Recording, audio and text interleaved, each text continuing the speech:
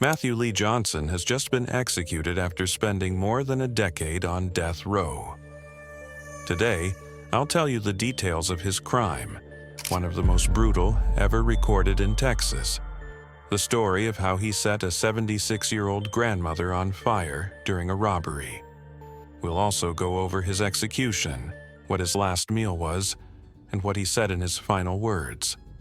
Matthew Lee Johnson, originally from Dallas, had a childhood marked by a lack of supervision and early drug use, starting with marijuana at age 7 and later progressing to crack and PCP in high school. At 19, he married Daphne, but his addiction quickly worsened, to the point where a friend once had to tie him to a bed due to his manic behavior. In 2004, he was sentenced to 5 years in prison for a drug-fueled robbery. There, he managed to stay sober, improved his attitude, and even took a parenting course. After his release in 2009, he remained clean for several years, had another child, got promoted at his job in a mechanic shop, and found some stability. However, in 2011, after buying their first house and facing financial stress when his wife lost her job, Johnson relapsed. It wasn't until 2012 that Matthew Lee Johnson committed one of the most horrific crimes ever seen in Garland, a suburb of Dallas.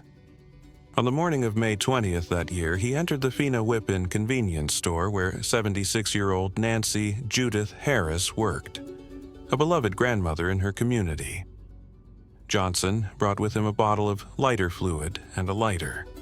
He approached Harris while she was behind the counter and poured the flammable liquid over her head. He then forced her to open the cash register. As she tried to comply, he stole 2 lighters from the display, 2 packs of cigarettes, and even a ring from her finger. Once Harris finally opened the register, Johnson took the money and set her on fire. According to court documents, Harris, engulfed in flames, desperately ran to a nearby sink trying to put out the fire. Meanwhile, Johnson casually walked out of the store and even paused to grab some candy before fleeing. He ran through the neighborhood, stripping off his clothes. When police caught him, he mockingly said, "What took you so long? You're getting slow."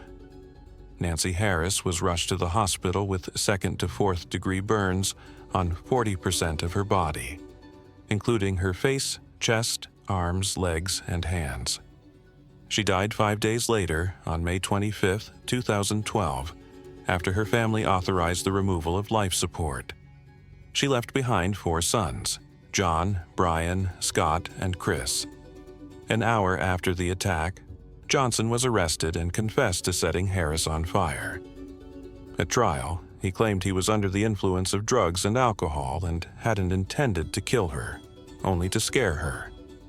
The prosecution, however, highlighted his criminal history, while the defense presented witnesses who spoke of his role as a father and his ongoing battle with addiction. In 2013, Johnson was sentenced to death. Since then, he filed multiple appeals, all of which were denied, including one by the U.S. Supreme Court in 2024. His most recent appeal, where he accused the Texas Attorney General of influencing the timing of executions, was rejected by the Fifth Circuit Court just 2 days before the scheduled date. Matthew Lee Johnson never claimed to be innocent. According to his attorney, he was deeply remorseful for what he did. Since being on death row, Johnson tried to rehabilitate.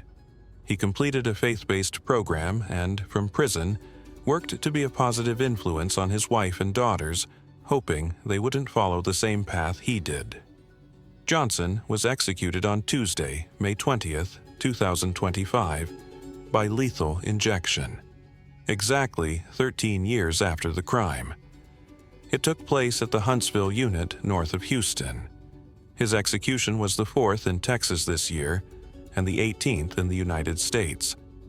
Elizabeth, Nancy Harris's daughter-in-law, witnessed the execution along with her husband Chris, Harris's sons Scott and John, and granddaughter Shelby.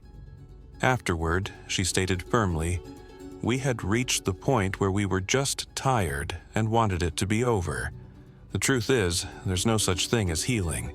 Days get easier, but you never fully heal. Since 2011, inmates in Texas are no longer allowed to choose their last meal, following public outrage over an excessive meal ordered by inmate Lawrence Brewer, who didn't eat any of it. According to reports, Matthew Johnson had requested ice cream as his last wish, but that request was denied.